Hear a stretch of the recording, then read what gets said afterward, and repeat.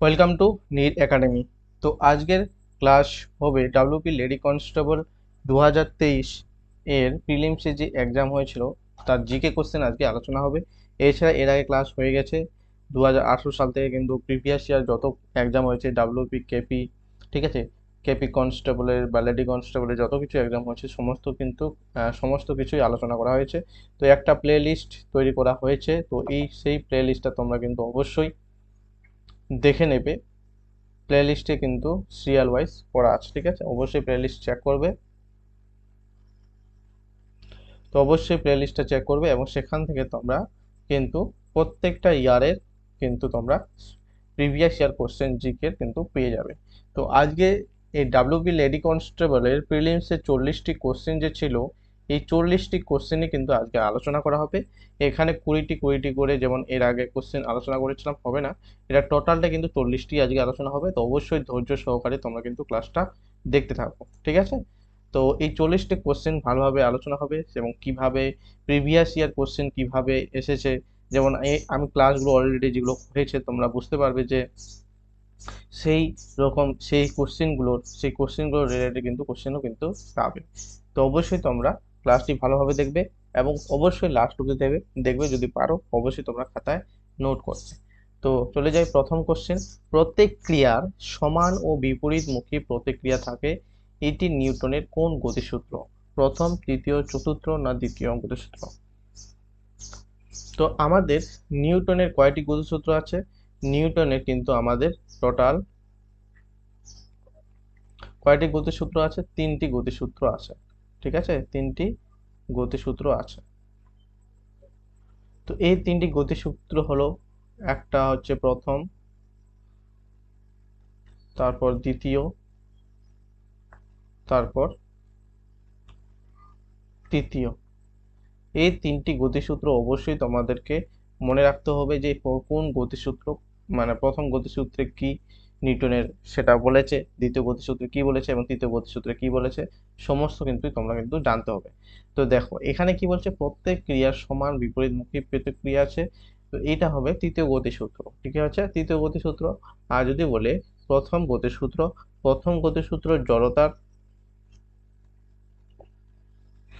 জড়তার সূত্র। প্রথম গতিসূত্র কি? জড়তার গতিসূত্র। তার দ্বিতীয় গতিসূত্র কি? দ্বিতীয় গতিসূত্র হলো বলের দ্বিতীয় গতিসূত্র হলো বলের সূত্র, ঠিক আছে। যদি বলে তাহলে প্রথম গতিসূত্রে যে জড়তার সূত্র আছে এটা কি, এটা হচ্ছে জানতে হবে যে এই সূত্র অনুসারে একটি বস্তু স্থির থাকলে স্থির থাকবে, মানে চিরকাল স্থির থাকবে। যদি কোনো বাইরে থেকে গতিশীল কোনো বস্তু যদি না কিছু বিষয়, যদি কোনো জায়গায় তোমরা স্থির বস্তুকে যদি কোনো কিছু না বল প্রয়োগ করো তাহলে কি হয়? স্থিরই থাকবে। এছাড়া যদি কোনো গতিশীল বস্তু যদি চলতে থাকে, সে কি সরলরেখা বরাবর চলতে থাকবে, ঠিক আছে, দাঁড়াবে আর না। এটাই হচ্ছে প্রথম গতিসূত্র, যেটাকে কি বলা হয়? জড়তার সূত্র। এবার দ্বিতীয় যে সূত্র আছে সেটা হলো বলের সূত্র। এই দ্বিতীয় বলের সূত্র কি? কোনো বস্তুর ভরবেগের পরিবর্তনের হার প্রযুক্ত বলের সমানুপাতিক, ঠিক আছে, কোনো বস্তুর ভরবেগের হার প্রযুক্ত বলের সমানুপাতিক এবং যেদিকে বল প্রযুক্ত হয় ভরবেগের পরিবর্তনের দিকও সেদিকে ঘটে, এটা মনে রাখবে। এবং তৃতীয় গতিসূত্র তোমরা জানো, কোশ্চেন আছে প্রত্যেক ক্রিয়া সমান বিপরীতমুখী প্রতিক্রিয়া। তো এগুলো কিন্তু জানতে হবে। এই তিনটা গতিসূত্র থেকে কিন্তু প্রায় কোশ্চেন আসে। 2 নম্বর কোশ্চেন কি বলছে দেখো, ভারতের সংবিধানের জনক কাকে বলা হয়? তাহলে ভারতের সংবিধানের জনক কাকে বলা হয়? ডক্টর বি আর আম্বেদকরকে, পণ্ডিত জওহরলাল নেহেরুকে, না বাল গঙ্গাধর তিলক, সর্দার বল্লভভাই প্যাটেল? এই চারটির মধ্যে কোনটি হবে রাইট অ্যান্সার? দেখো ভারতের সংবিধানের জনক বলা হয় ডক্টর বি আর আম্বেদকরকে। কাকে বলা হয়? ডক্টর বি আর আম্বেদকরকে ভারতের সংবিধানের জনক বলা হয়। আমাদের সংবিধান কত সালে গৃহীত হয়েছিল? 26শে নভেম্বর 1949 সালে সংবিধান কি হয়েছিল? গৃহীত হয়েছিল, ঠিক আছে, সংবিধান গৃহীত হয়েছিল। এরপর 26শে জানুয়ারি 1950 সালে কি হয়েছিল? এটা কার্যকর হয়েছিল, ঠিক আছে। কি কার্যকর হয়েছিল? সংবিধান কার্যকর হয়েছিল। মনে রাখবে এই দুটো কোশ্চেন কিন্তু ভেরি ভেরি ইম্পর্টেন্ট। এবং 26শে নভেম্বরকে কি বলা হয়? সংবিধান দিবস বলা হয়। ঠিক আছে, তো সংবিধান দিবস কবে পালিত হয়? যদি এই কোশ্চেনটা বারে বারে পরীক্ষা এসেছে যে সংবিধান দিবস বা সংবিধান, লিখে দিচ্ছি আমি, সংবিধান দিবস কবে পালিত হয়, যদি আসে কবে পালিত হয় তাহলে হবে 26শে নভেম্বর। কত তারিখ হবে? 26শে নভেম্বর সংবিধান দিবস পালিত হয়। এবং যদি বলে সংবিধান কবে কার্যকর হয়, তাহলে হবে 26শে জানুয়ারি 1950 সালে সংবিধান কার্যকর হয়। এবং 26শে জানুয়ারি কি আমাদের প্রজাতন্ত্র দিবস পালন করি। 3 নম্বর কোশ্চেন কি বলছে? কোষের সুইসাইড ব্যাগ কোন অঙ্গাণুকে বলা হয়? কোষের সুসাইড ব্যাগ এখানে আছে, এছাড়া যদি থাকে কোষের আত্মঘাতী থলি কাকে বলা হয়? সুসাইড ব্যাগ মানে কি? আত্মঘাতী থলি। বাংলা কি বলবে? আত্মঘাতী থলি বললেও একই অ্যান্সার উত্তর হবে, একই উত্তর হবে। এবং কোষের সুসাইড ব্যাগ বললেও কিন্তু একই উত্তর হবে। ঠিক আছে, এখানে ইংরেজিতে লেখা আছে টার্মটা, আর যদি বলে কোষের আত্মঘাতী থলি কাকে বলা হয়, একই অ্যান্সার। তো এটা কি বলা হয়? এটাকে বলা হয় লাইসোজোমকে কোষের আত্মঘাতী থলি বলা হয়। ঠিক আছে, তাহলে কি বলা হয়? লাইসোজোমকে কোষের আত্মঘাতী থলি বলা হয়। আর মাইটোকন্ড্রিয়া কি আছে? মাইটোকন্ড্রিয়া ভেরি ভেরি ইম্পর্টেন্ট এটাও, কারণ মাইটোকন্ড্রিয়াকে বলা হয়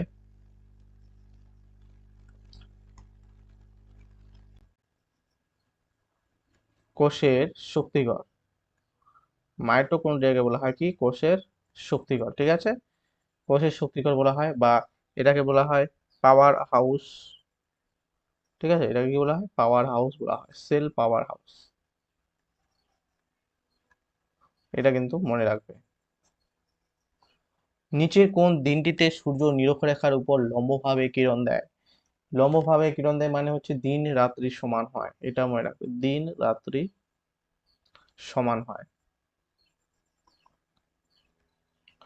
তো আমাদের কবে দিন রাত্রি সমান হয়? আমাদের 2 দিন, মানে দুটো দিনে আমাদের দিন রাত্রি সমান হয়। এবং এটাকে কি 21শে মার্চ হচ্ছে মহাবিষুব, আর 23শে সেপ্টেম্বর। ঠিক আছে, একটা হবে মহাবিষুব আর একটা হচ্ছে জলবিষুব। তো মহাবিষুব কবে হয়? 21শে মার্চ। আর জলবিষুব কবে হয়? 23শে সেপ্টেম্বর। ঠিক আছে, তাহলে দিন রাত্রি সমান হয় হচ্ছে যেটাকে যেটাকে আমরা বিষুব নামেও জানি। বিষুব কথার অর্থ হলো দিন রাত্রি সমান, এটাও পরীক্ষায় আসে যে বিষুব কথার অর্থ কি? বিষুব কথার অর্থ হলো দিন রাত্রি সমান। এবং এই দিন রাত্রি সমান হয় আমাদের বছরে দুবার। সেটা কোন কোন তারিখে? 21শে মার্চ এবং 23শে সেপ্টেম্বর। 21শে মার্চকে বলা হয় মহাবিষুব, 23শে সেপ্টেম্বরকে বলা হয় জল বিষুব। ঠিক আছে, এবং কর্কট সংক্রান্তি হয়, এবং কর্কট সংক্রান্তি কত তারিখে হয় এটাও মনে রাখবে। কর্কট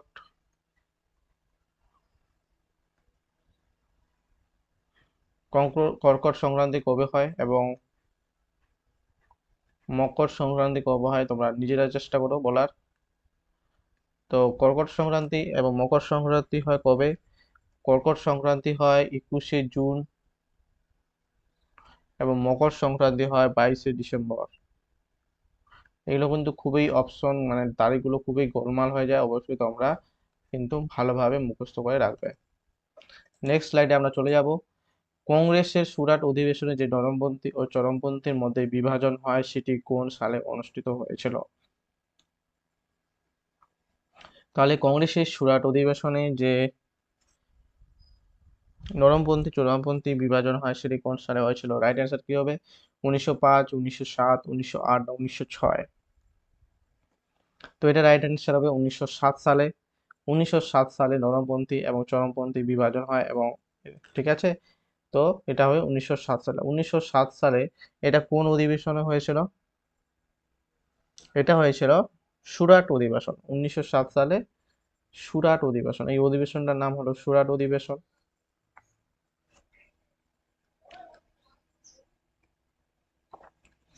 এবং সভাপতি কে ছিল এই অধিবেশনের সভাপতি?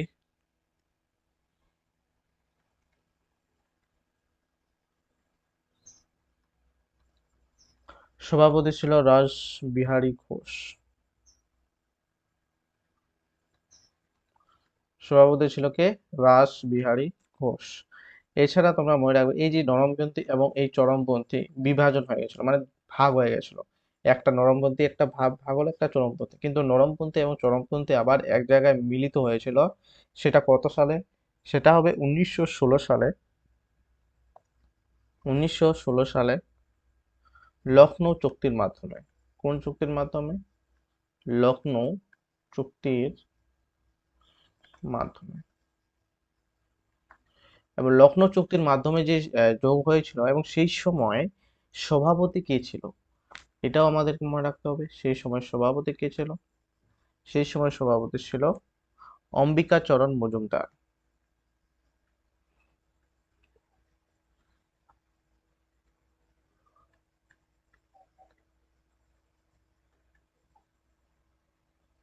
ঠিক আছে, পুরো ডিটেলস ভাবে তোমাদেরকে বলে দিচ্ছি, এবং এগুলোই পরীক্ষায় আসবে।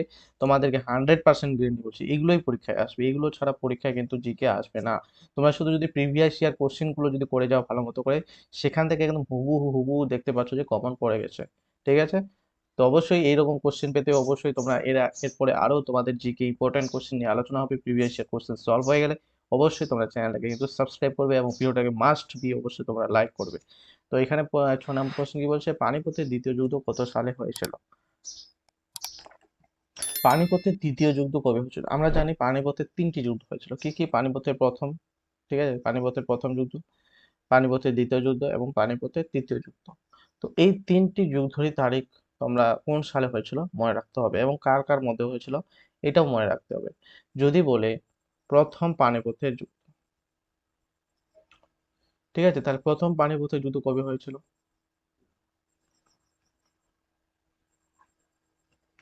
বলো, প্রথম পানিপথের যুদ্ধ কবে হয়েছিল? এটা হয়েছিল 1526 সালে। কার মধ্যে? 1526 সালে। এবং কার মধ্যে হয়েছিল? 1526 সালে কিন্তু কার মধ্যে হয়েছিল? এটা হয়েছিল বাবর এবং ইব্রাহিম লোদির মধ্যে, তাই না? বাবর ও ইব্রাহিম লোদির মধ্যে হয়েছিল। ঠিক আছে, এটা কোথায় লিখবো? এখানে লিখে দিচ্ছি, বাবর ও ইব্রাহিম লোদির মধ্যে হয়েছিল।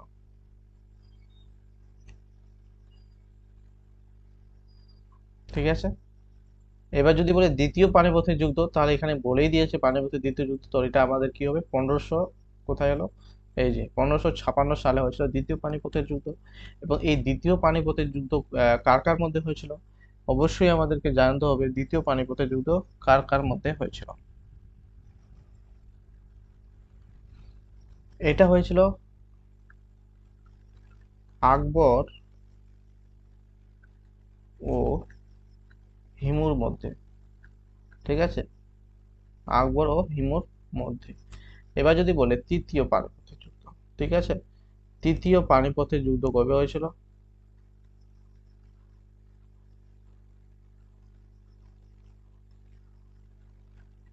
তৃতীয় পানিপথের যুদ্ধ হয়েছিল কত সালে? 1761 সালে। ঠিক আছে, এখানে দেওয়াই আছে। তাহলে দেখো, তাহলে 1761 সালে কিন্তু হয়েছিল তৃতীয় পানিপথের যুদ্ধ। এবং এটা কাদের কাদের মধ্যে হয়েছিল? এটা মারাঠা সাম্রাজ্য এবং দুররানি সাম্রাজ্যের মধ্যে হয়েছিল। এটা মারাঠা ও দুররানি সাম্রাজ্যের মধ্যে হয়েছিল। এটা মনে রাখলেই হয়ে যাবে। ওকে,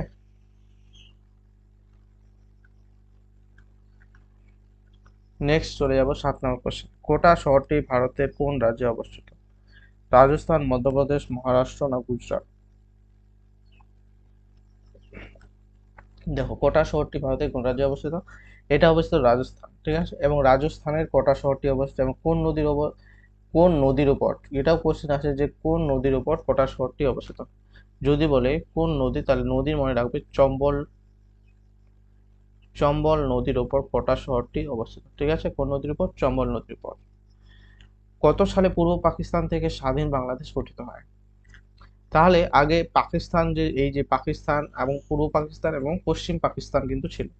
এই পশ্চিম পাকিস্তানটা কিন্তু পরবর্তীকালে স্বাধীন বাংলাদেশ গঠিত হয়েছিল। ঠিক আছে, এই পশ্চিম পাকিস্তানটা কিন্তু স্বাধীন বাংলাদেশ হয়েছিল, এবং পূর্ব পাকিস্তানটা বর্তমান পাকিস্তান নামে পরিচিত। ঠিক আছে, তাহলে এই যে কোশ্চেনটা যে কত সালে তাহলে পূর্ব পাকিস্তান এবং স্বাধীন বাংলাদেশ গঠিত হয়েছিল, তো এটা রাইট অ্যান্সার হবে 1971 সালে। কত সালে? 1971 সালে কিন্তু এটা পূর্ব পাকিস্তান ভেঙে স্বাধীন বাংলাদেশ গঠিত হয়েছিল। ওকে, এটা কিন্তু ভেরি ভেরি ইম্পর্টেন্ট, অবশ্যই তোমরা মনে রাখবে।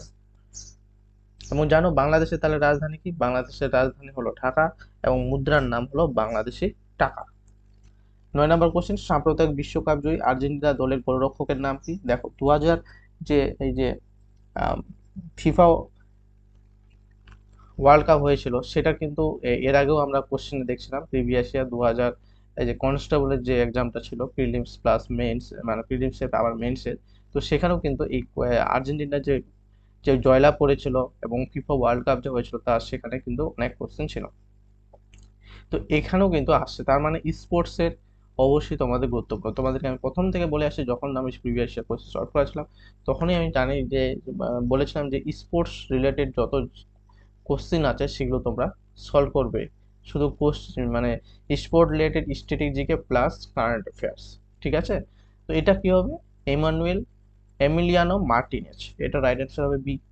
ঠিক আছে, আমরা বিশ্বকাপ খেলা দেখেছিলাম, যারা যারা দেখেছিল তো অবশ্যই সেটা মনে রাখবে যে কে কে জিতেছিল, কে গোল্ডেন বুট জিতেছিল, কে গোল্ডেন বল জিতেছিল, ঠিক আছে, কে রানার্স আপ ছিল। এগুলো কিন্তু সবই জানবে। 10 নম্বর কোশ্চেন, শ্বাসমূল নিচের কোন উদ্ভিদে দেখা যায় না? শ্বাসমূল, শ্বাসমূল কোন উদ্ভিদে দেখা যায় না? এটা কি হবে রাইট অ্যান্সার? সুন্দরী, গরান, সুন্দরী, গেওয়া, কচুরিপানা, গরান।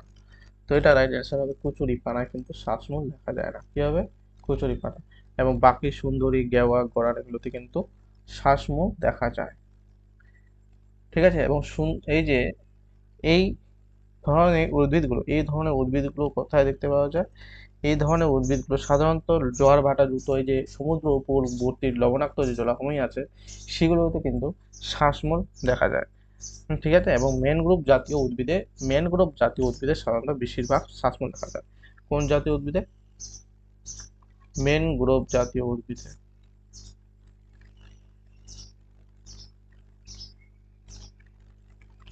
ম্যানগ্রোভ জাতীয় উদ্ভিদের কিন্তু শ্বাসমূল দেখা যায়।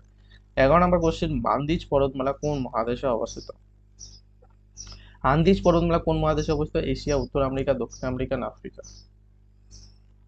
তো এটা হবে রাইট অ্যান্সার, দক্ষিণ আমেরিকাতে অবস্থিত আন্দিজ পর্বতমালা। ঠিক আছে, যদি বলে ভারতের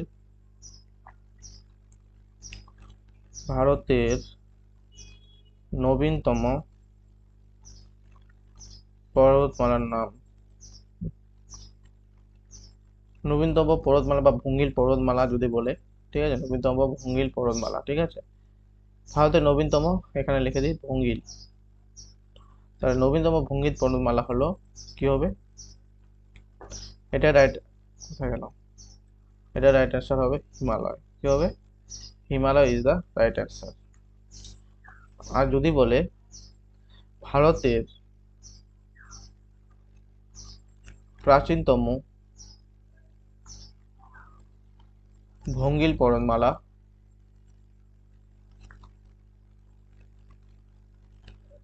তাহলে কি হবে? ভঙ্গিল পর্বতমালা কি হবে? আরাবল্লী ইজ দ্য রাইট অ্যান্সার।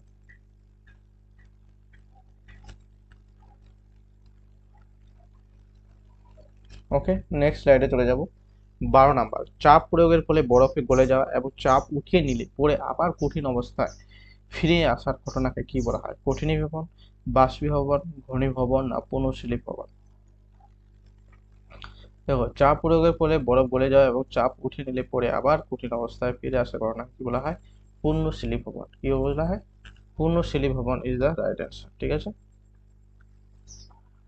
লোয়েস কি দ্বারা গঠিত ভূমিরূপ? দেখো, বিভিন্ন ক্ষয় কার্যের ফলে বা সঞ্চয় কার্যের ফলে বিভিন্ন ভূমিরূপ সৃষ্টি হয়, সেটা নদীর হোক, হিমবাহর হোক, সমুদ্রে হোক, বায়ু হোক। তো এই প্রত্যেকটারই কিন্তু নদী ক্ষয় কার্যের ফলে বা সঞ্চয় কার্যের ফলে এইগুলো ভূমিরূপগুলো উদাহরণগুলো তোমরা কিন্তু অবশ্যই মুখস্থ রাখবে। তো লোয়েস হলো বায়ু দ্বারা সৃষ্ট ভূমিরূপ। ঠিক আছে, বায়ু দ্বারা কি হবে? ভূমিরূপ। নিচের কোনটির সাথে উৎকৃষ্ট কয়লা উদাহরণ? এর আগে আমি বলেছিলাম যে আমাদের ভারতবর্ষে বা তথা পশ্চিমবঙ্গে কোন ধরনের কয়লা বেশি পাওয়া যায়, তাহলে কি হবে? উত্তর হবে বিটুমিনাস। আর সে সঙ্গে আমিও বলেছিলাম, এটাও বলেছিলাম যে সবচেয়ে উৎকৃষ্ট মানের কয়লা, ঠিক আছে, মানে যে কয়লাতে কয়লার পরিমাণটা বেশি থাকবে, শতাংশ হিসেবে কয়লার পরিমাণ যে অংশ বেশি থাকবে সেই কয়লাটার নাম কি? সেটা হবে অ্যানথ্রাসাইট, ঠিক আছে, কি হবে, অ্যানথ্রাসাইট হবে সবচেয়ে উৎকৃষ্ট মানের কয়লা। এছাড়া আমি বলেছিলাম যে সব থেকে উৎকৃষ্ট মানের আকরিক লোহার নাম কি, তাহলে কি বলছিলাম, ম্যাগনেটাইট, তাই না, ম্যাগনেটাইটের হচ্ছে সব থেকে উৎকৃষ্ট মানের আকরিক লোহা। আর কয়লার মধ্যে মনে রাখবে অ্যানথ্রাসাইট। আর যদি বলে সর্বনিম্ন কয়লা মানে কয়লা, তাহলে কি হবে, পিট কয়লা হবে, রাইট, কি হবে, পিট, সব থেকে সর্বনিম্ন উৎকৃষ্ট মানের কয়লা, ঠিক আছে। সম্প্রতি কোন ন্যাশনাল পার্কে যে চিতা বাঘগুলি ছাড়া হয়েছে সেগুলি কোন দেশ থেকে নেওয়া হয়েছে, এটা কারেন্ট অ্যাফেয়ার্স। তো এটা নিয়ে আসা হয়েছিল নামিবিয়া থেকে, ঠিক আছে, নামিবিয়া থেকে নিয়ে আসা হয়েছে। 16 নম্বর কোশ্চেন, পেশওয়া শব্দের অর্থ কি, তার পেশওয়া শব্দের অর্থ হলো সেনাপতি, প্রধানমন্ত্রী, পুরোহিত না রাজা। তো পেশওয়া শব্দের অর্থ হলো প্রধানমন্ত্রী, কি হবে, প্রধানমন্ত্রী is the right answer.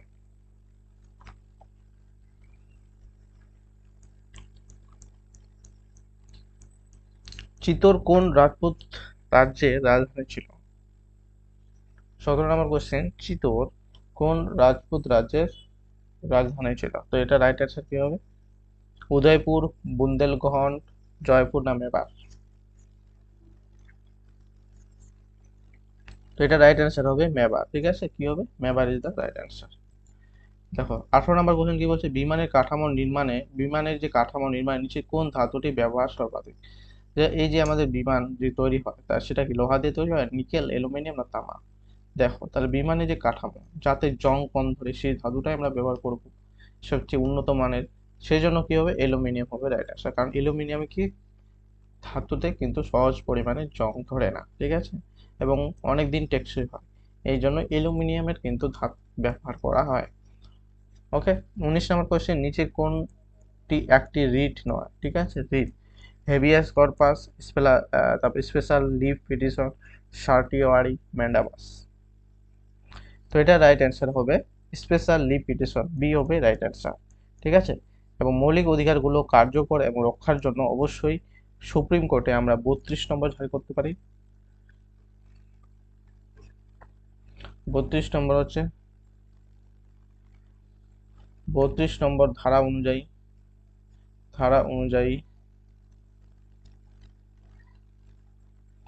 Supreme কোর্টে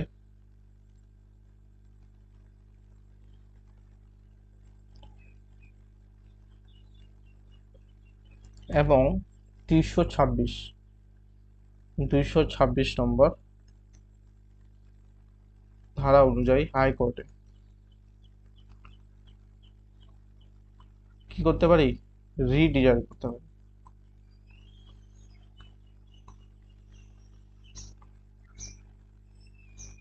তাহলে 32 নম্বর ধারা অনুযায়ী সুপ্রিম কোর্টে এবং 226 নম্বর ধারা অনুযায়ী হাইকোর্টে রিট জারি করতে পারি। 20 নম্বর কোশ্চেন কি বলছে, নিচের কোনটি পটাশিয়াম নাইট্রেটের রাসায়নিক সংকেত। তো এইগুলো হচ্ছে থ্রিগুলো, এই থ্রিগুলো নিচে হবে, ঠিক আছে, থ্রিগুলো নিচে মানে পি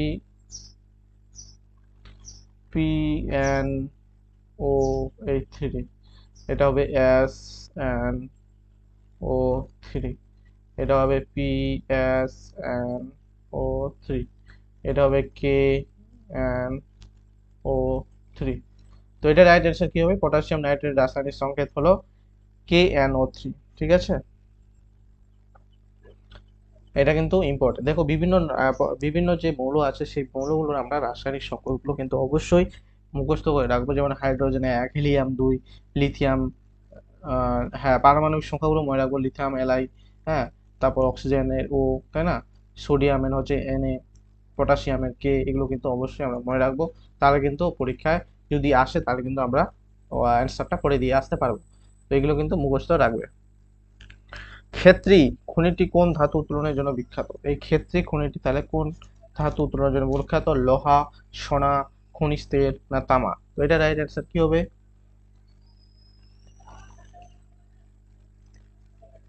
ক্ষেত্রী খনিটি অবস্থিত তামা উৎপাদনের জন্য, তামা ধাতু উত্তোলনের জন্য কিন্তু ক্ষেত্রী খনিটি অবস্থিত, এবং এই ক্ষেত্রী খনিটি তাহলে কোথায় ও কোন রাজ্যে অবস্থিত বা কোথায় অবস্থিত, তাহলে হবে রাজস্থান রাজ্যে, রাজস্থানে কিন্তু ক্ষেত্রী খনিটি অবস্থিত। থাইরক্সিন হরমোন কোন গ্রন্থি থেকে ক্ষরিত হয়, এই থাইরক্সিন হরমোন কোন গ্রন্থি থেকে ক্ষরিত হয়, খুবই একটা সহজ কোশ্চেন, কি হবে, পিটুইটারি থ্যালামাস, হাইপোথ্যালামাস, থাইরয়েড। তো থাইরক্সিন হরমোন গ্রন্থিক্ষরিত হয় থাইরয়েড গ্রন্থিতে, কি হবে? Thyroid is the right answer. এবং গলার একটা রোগ, এই থাইরক্সিন হরমোনটা কোথায় থাকে বলতো? থাইরক্সিন হরমোনটা কিন্তু এরকম এরকম কেমন যেন এরকম এরকম এইভাবে থাকে। এটা কোথায় থাকে? গলায় থাকে, ঠিক আছে? কোথায় থাকে? গলায় থাকে এই থাইরক্সিন হরমোনটা। এই থাইরক্সিন হরমোনটা হচ্ছে গলায় থাকে। এই তাছাড়া আমরা যদি আয়োডিনের অভাবে কি হয়? আয়োডিন অভাবে কিন্তু গলায় আমাদের গলগণ্ড রোগ হয়, মানে গলাটা ফুলে যায়। এটাও কিন্তু ইম্পর্টেন্ট, পরীক্ষায় এসেছিল। 23 নম্বর কোশ্চেন, মারাঠা ও কেশরী নামক পত্রিকা দুটি কে সম্পাদনা করে? এই যে মারাঠা এবং কেশরী এই নামক দুটি পত্রিকা যে সম্পাদনা কি করতেন? বিপিন চন্দ্র পাল, বাল গঙ্গাধর তিলক, গোপালকৃষ্ণ গোখলে না লালা লাজপত রায়? তো এটা রাইট অ্যান্সার হবে বাল গঙ্গাধর তিলক। এই যে বাল গঙ্গাধর তিলক এ কি ছিল? চরমপন্থী না নরমপন্থী নেতা? এই ছিল হচ্ছে চরমপন্থী দলের নেতা। তো চরমপন্থী দলের নেতা অবশ্যই তোমাদেরকে মুখস্থ রাখতে হবে যে চরমপন্থীগুলি চরমপন্থী কারা কারা ছিল। তোমরা অবশ্যই শর্টকাট মনে রাখবে। যদি বলে শর্টকাট কি বলো তো? হ্যাঁ, একটা বলে দিচ্ছি শর্টকাট। চরমপন্থী কি হবে? যদি ওকে জিজ্ঞাসা করে এই চরমপন্থী দলের নেতাগুলোর নাম বলতে পারবি? আরে বলতে পারবি না তুই? আর এইগুলো হয় আরে, ঠিক আছে? আরে লাল, বাল, পাল, ঠিক আছে? তো এই তিনটা এইভাবে, আরে লাল বাল পাল, তুই এটা জানিস না? চরমপন্থী দলের নেতা আরে লাল বাল পাল মানে হচ্ছে আরে থেকে কি মনে রাখবে? আরে থেকে মনে রাখবে অরবিন্দ ঘোষ, ঠিক আছে? অরবিন্দ ঘোষ। লাল মানে কি? লালা লাজপত রায়, ঠিক আছে? লালা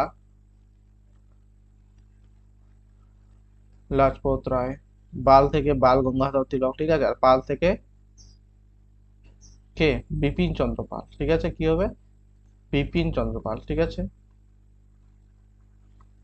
তো এগুলো কিন্তু মনে রাখবে। এবং বাকি যেগুলো আছে অবশ্যই তোমরা নরমপন্থী পেয়ে যাবে, তোমরা অপশন এলিমিনেট করে কিন্তু পেয়ে যাবে, তাই না? বাকি যেমন গোপাল কৃষ্ণ গোখলে, সুরেন্দ্রনাথ ব্যানার্জি, ঠিক আছে? এগুলো উমেশ চন্দ্র ব্যানার্জি, এরা কি? সব নরমপন্থী দলের নেতা। নেতাজি সুভাষচন্দ্র বোস নির্মিত কোন স্থানে জন্মগ্রহণ করেন? তো নেতাজি যে সুভাষচন্দ্র বোস এটা কোথায় জন্মগ্রহণ করেছে? সিমলা, কটক, ভুবনেশ্বর না কলকাতা?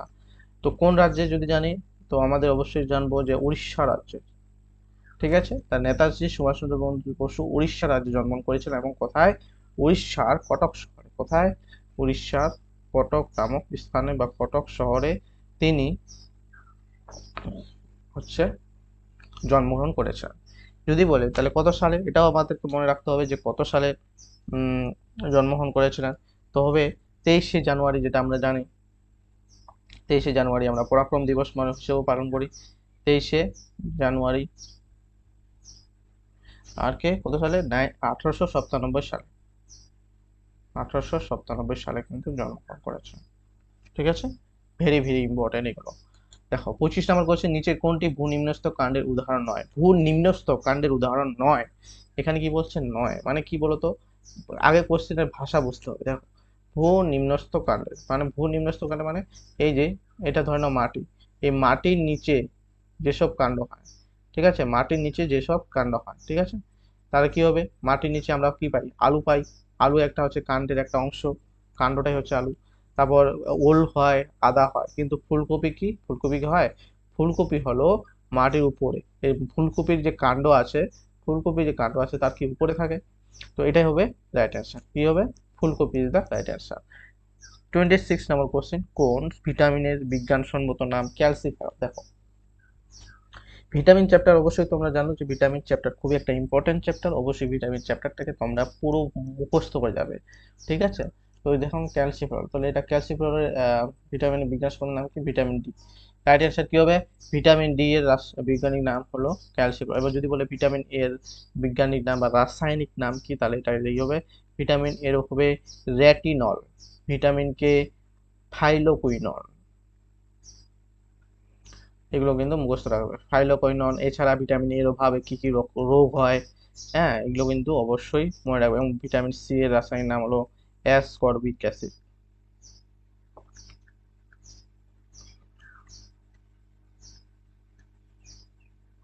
ঠিক আছে? এছাড়া আরো অনেক ভিটামিন আছে, অবশ্যই তোমরা সেই সমস্ত ভিটামিনগুলো পড়ে নেবে। আমি কি বললাম? অবশ্যই ভিটামিন চ্যাপ্টারটা পড়ে নেবে। তো নেক্সট চলে যাই 27 number question, Vikram Sarabhai space research centre ভারতের কোন রাজ্যে অবস্থিত? একটা আছে বিক্রম সারাভাই, একটা আছে সতীশ ধাওয়ান স্পেস সেন্টার, তাই না? সতীশ ধাওয়ান স্পেস সেন্টারটা কোথায় অবস্থিত? তাহলে সতীশ ধাওয়ান স্পেস সেন্টারটা অবস্থিত আমাদের অন্ধ্রপ্রদেশ রাজ্যে, তাই না? অন্ধ্রপ্রদেশে অবস্থিত সতীশ ধাওয়ান স্পেস সেন্টার শ্রীহরিকোটায়, ঠিক আছে? অন্ধ্রপ্রদেশের কি শ্রীহরিকোটায় আমাদের সতীশ ধাওয়ান স্পেস সেন্টার আছে। যদি বলে বিক্রম সারাভাই তাহলে হবে কেরালা রাজ্যে, ঠিক আছে? কেরালা রাজ্যে কিন্তু বিক্রম সারাভাই স্পেস সেন্টার অবস্থিত। 28 নম্বর কোয়েশ্চেন, ইমপিচমেন্টের মাধ্যমে নিচে কোন ব্যক্তিকে তার পদ থেকে সরানো যেতে পারে? প্রধানমন্ত্রী, সেনাপ্রধান, রাষ্ট্রপতি না স্পিকার? দেখো, ইমপিচমেন্ট হচ্ছে, এটা আর্টিকেল হচ্ছে, ইমপিচমেন্টের আর্টিকেল হচ্ছে 61, ঠিক আছে? 61 নম্বর কি আর্টিকেল। তো এই আর্টিকেলের মাধ্যমে রাষ্ট্রপতিকে কি করা হয়, তার যে পদ আছে সেই পদ থেকে সরানো হয়, ঠিক আছে? রাষ্ট্রপতি পদ থেকে সরানো হয়। তো এটা রাইট অ্যান্সার হবে রাষ্ট্রপতি, ঠিক আছে? তাহলে 61 নম্বর আর্টিকেল অনুযায়ী রাষ্ট্রপতিকে ইমপিচমেন্ট পদ্ধতির মাধ্যমে পদচ্যুত করা হয়। আর রাষ্ট্রপতি, যদি বলে রাষ্ট্রপতি তাহলে কত বছরের জন্য নির্বাচিত হন? রাষ্ট্রপতি 5 বছরের জন্য নির্বাচিত হন। এবং রাষ্ট্রপতিকে শপথ বাক্য কে পাঠ করার? শপথ বাক্য যদি বলে শপথ বাক্য কে পাঠ করার, তাহলে এটা রাইট অ্যান্সার কি হবে? সুপ্রিম কোর্টের প্রধান বিচারপতি, ঠিক আছে? প্রধান বিচারপতি বা চিফ জাস্টিস,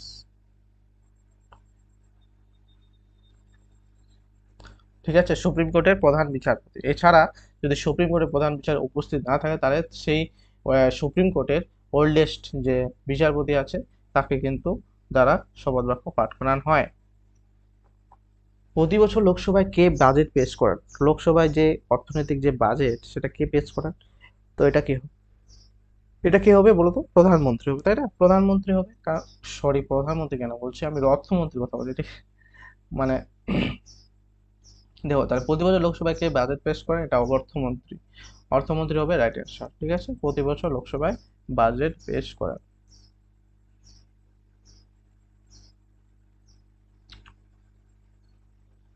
আমরা যদি বলি মানি বিল কত নাম্বার আর্টিকেল হবে? এটা হবে 110। আর যদি বলি ফাইন্যান্স মানে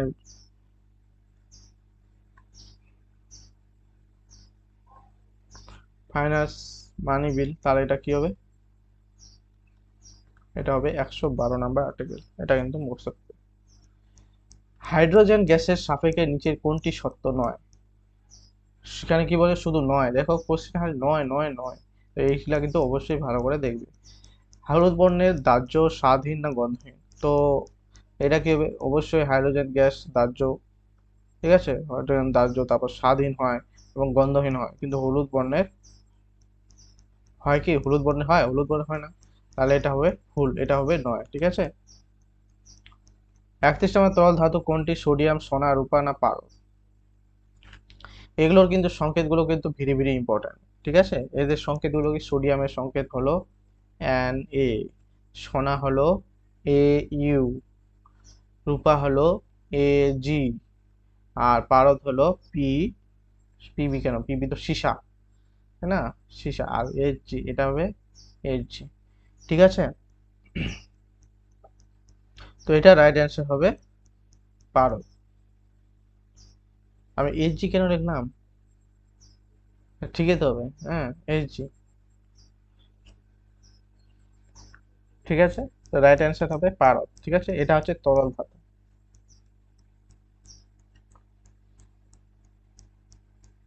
32 নাম্বার, কলকাতায় এশিয়াটিক সোসাইটির প্রতিষ্ঠাতা কে করেন? এশিয়াটিক সোসাইটির প্রতিষ্ঠাতা কে? Sir Alex Hume, lord Clive ও লর্ড ওয়েলেসলি না উইলিয়াম জোন্স? তো এটা রাইট অ্যান্সার হবে স্যার উইলিয়াম জোন্স হবে এশিয়াটিক সোসাইটির প্রতিষ্ঠাতা, ঠিক আছে?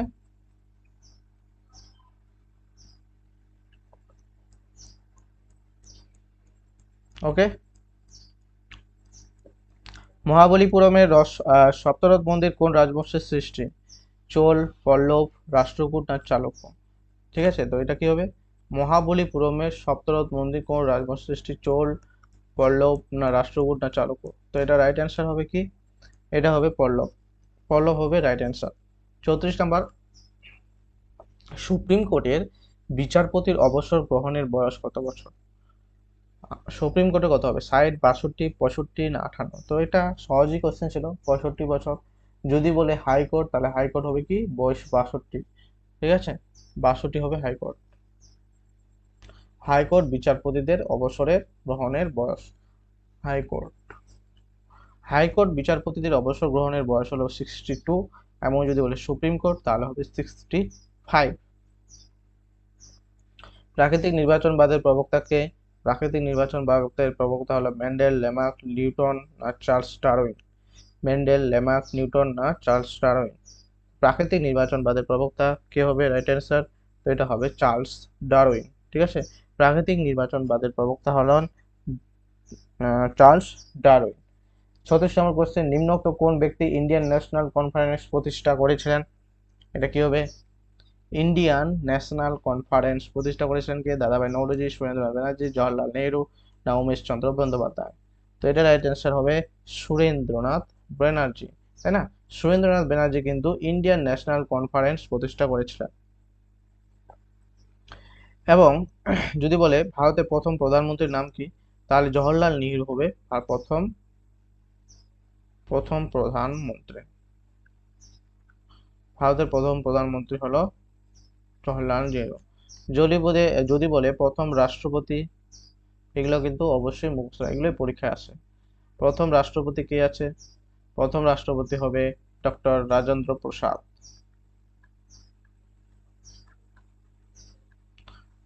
যদি বলে প্রথম মহিলা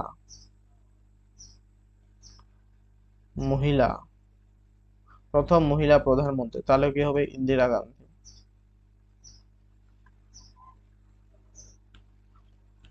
ঠিক আছে, এগুলো কিন্তু অবশ্যই মুখস্থ করে রাখবে। দাদাভাই নওরোজিকে কি বলা হয়? গ্র্যান্ড ওল্ড ম্যান, ঠিক আছে, এগুলো কিন্তু অবশ্যই ইম্পর্টেন্ট। কে কানপুরে সিপাহী বিদ্রোহের নেতৃত্ব দিয়েছিলেন? দেখো বিভিন্ন সিপাহী বিদ্রোহ বিভিন্ন জায়গায় বিভিন্ন জন নেতৃত্ব দিয়েছিলেন। তো কানপুরে দিয়েছিলেন নানা সাহেব এবং তাতিয়া টোপি। এটার সাথে মনে রাখবে যে তাতিয়া টোপিও কিন্তু কানপুরে সিপাহী বিদ্রোহের নেতৃত্ব দিয়েছিলেন, তাই না? তাতিয়া টোপি। এবার লক্ষ্মীবাঈ কোথায় দিয়েছিলেন? লক্ষ্মীবাঈ দিয়েছিলেন ঝাঁসিতে। কোথায় দিয়েছিলেন? ঝাঁসিতে কিন্তু লক্ষ্মীবাঈ সিপাহী বিদ্রোহের নেতৃত্ব দিয়ে। কুনওয়ার সিং কোথায় দিয়েছিলেন? বিহারে দিয়েছিলেন কুনওয়ার সিং। অবশ্যই এগুলো মনে রাখবে, ঠিক আছে। নেক্সট 38 নম্বর কোশ্চেন, কোনো একটি মাছকে জলের ভিতরে দেখলে সেটিকে ওর সঠিক অবস্থান থেকে একটু উপরে ওঠা অবস্থায় দেখা যায় আলোকের কোন ধর্মের জন্য? প্রতিফলন, অভ্যন্তরীণ পূর্ণ প্রতিফলন না বিচ্ছুরণ না প্রতিসরণ? তো এটা বি হবে রাইট অ্যান্সার। বি হবে, এটা আমি নিজেই ভুল বলছি, দেখো এটা কিন্তু প্রতিসরণই হবে, ঠিক আছে। রিফ্লেকশন, আভ্যন্তরীণ পূর্ণ প্রতিফলন হচ্ছে মরীচিকায় দেখা যায়, তাই না? এটা হবে প্রতিসরণ। প্রতিসরণ কি জলে যে এইভাবে আমাদের জল জল এইভাবে ঢেউ খেলানো এইভাবে যায়, ঠিক আছে। কিন্তু মাছটা যদি এখানে থাকে, মাছটাকে হালকা উপরে এই জায়গায় দেখা যায়, দেখতে পাওয়া যাবে। তো এটাই বলছে যে উপরে একটা অবস্থা দেখা যায় আলোকের কোন ধর্মের জন্য, এটা হবে প্রতিসরণ ধর্মের জন্য, ঠিক আছে। কেদারনাথ তীর্থস্থানটি কোন রাজ্যে অবস্থিত? হিমাচল প্রদেশ, উত্তরাখণ্ড, জম্মু ও কাশ্মীর না উত্তরাখণ্ড? তো কেদারনাথ তীর্থস্থানটি অবস্থিত অবশ্যই উত্তরাখণ্ডে। উত্তরাখণ্ড রাজ্যে কেদারনাথ তীর্থস্থানটি অবস্থিত। আচ্ছা, উত্তরাখণ্ডের রাজধানী কিন্তু দুটো, মানে মনে রাখতে হবে, ঠিক আছে। উত্তরাখণ্ডের রাজধানী দুটো মনে রাখবে, একটা মনে রাখবে দেরাদুন, এটাকে বলা হয় শীতকালীন রাজধানী, আর একটা হচ্ছে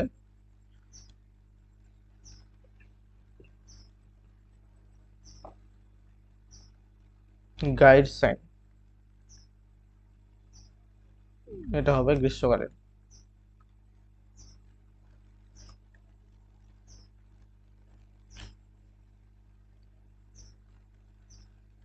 ত্রিভুজাকৃতি প্রিজমের কটি তল থাকে? এটা হচ্ছে লাস্ট কোশ্চেন, 40 নম্বর কোশ্চেন। ত্রিভুজাকৃতি প্রিজমের কটি তল থাকে? তো এটা রাইট অ্যান্সার হবে 5। ঠিক আছে, তো 5টি হবে ত্রিভুজাকৃতি প্রিজমের তল। দেখো এই ছিল টোটাল কোশ্চেন। তো তোমাদের ক্লাসটি কেমন লাগলো অবশ্যই তোমরা জানাবে, এবং অবশ্যই তোমরা কমেন্ট করবে, জানাবে যে তোমাদের ক্লাসটি কেমন লাগলো। ঠিক আছে, অবশ্যই তোমরা চ্যানেলটাকে সাবস্ক্রাইব করবে যদি সাবস্ক্রাইব না করে থাকো। এই ধরনের আরও ক্লাস পেতে সাবস্ক্রাইব করবে, ভিডিওটাকে অবশ্যই তোমরা মাস্ট লাইক করবে। ঠিক আছে, লাইক মাস্ট করবে এবং শেয়ার করবে বন্ধুদের সাথে। তো পরের ক্লাসে আবার দেখা হবে তোমাদের সাথে, ততক্ষণ তোমরা ভালোভাবে প্রিপারেশন চালিয়ে যাবে। সুস্থ থাকবে। জয় হিন্দ, বন্দে মাতরম।